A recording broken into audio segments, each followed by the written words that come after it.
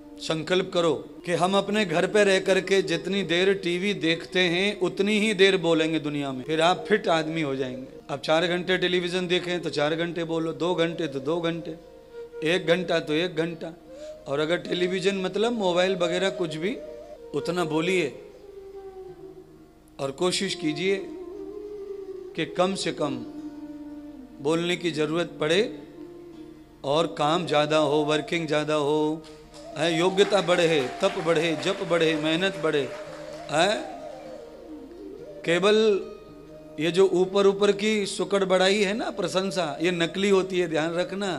ये कागज की नाव में बिठा के तुमको गलाना डुबाना चाहते हैं। स्तुति सुनने से आदमी का नाश होता है। इसीलिए समाज में किसी की आप स्तुति करो तो समझदार आदमी का जवाब क्या होता है? अरे भैया सब आपकी वजह से है, ये समाज है, ये दुनिया है, ये भगवान है तो हो रहा है, नहीं हमारा क्या है। अच्छा, इतना कहने से कोई दे देता है हमको? कोई नहीं देता। आज तक हम जितने बंगलों में गए वास्तु शांति में, सब ने हमको यही कहा, गुरुदेव आपका है, ये सब आपकी दुआओं का फल है, आपकी कृपा का फल है।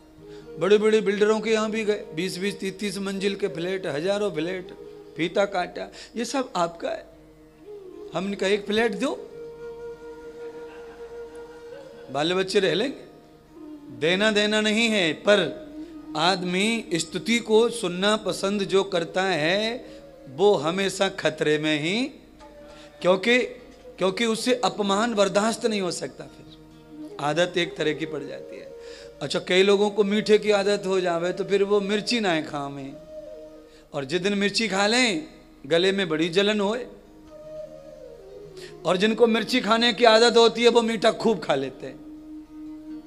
जो कड़वा पचा लेते हैं उन्हें मीठा भी अच्छा, पर जिन्हें मीठे की आदत हो जाती है उन्हें कड़वा चलता नहीं है। तो आज सौगंधे खाओ कि हम कड़वा ज्यादा पचाएंगे। सत्य से सम्मान सम्मान सम्मान सम्मान, बस सम्मान सम्मान सम्मान। हम सामान्य बन के नहीं रहना चाहते, प्रॉब्लम ये बड़ी है महाराज। और सुनिए, असली बात रह गई, नदी में कितनी सारे प्रकार की चीजें बह के आती हैं और उनके बीच में एक लकड़ी का टुकड़ा भी बह के आता है। धीरे धीरे सभी चीजें नदी में समा जाती हैं, पर वो लकड़ी का टुकड़ा अकेला ही तैरता। हम सामान्य के साथ भी रहें पर ओरिजिनल हैं तो एक दिन हम रह जाएंगे, सब छट जाएंगे, छटनी हो जाएगी ये ढपोल शंकरों की, और क्वालिटी बचेगी। माना सब छट जाते, अपने आप कट जाते नकली लोग, उनको दूर करना नहीं पड़ता, वो दूर हो जाते हैं। और उनमें से कोई असली होता है वो जमा रहता है, चाहे वो गुरु जी हो, चाहे वो चेला जी हो, चाहे वो परिवार जी हो, चाहे वो दुनियादारी हो, चाहे वो विचार हो, जो भी हो, बस सब थोता सब अलग हो जाता है।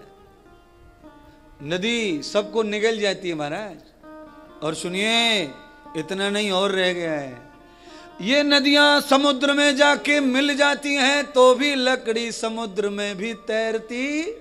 और सुनो, मनुष्य नाव कब बनाना सीखा? जब उसने बाढ़ में लकड़ियों को तैरते देखा, तब उसने लकड़ी का यूज किया नाव में। और लकड़ी के ही ढांचे से लोहे की नाव भी बनती है, जिन्हें हम पानी का जहाज कहते हैं। अच्छा, ईमानदारी से बताओ, गाटर ले जाके नदी में डाल देंगे, तैरेगी कि डूबेगी? डूबेगी।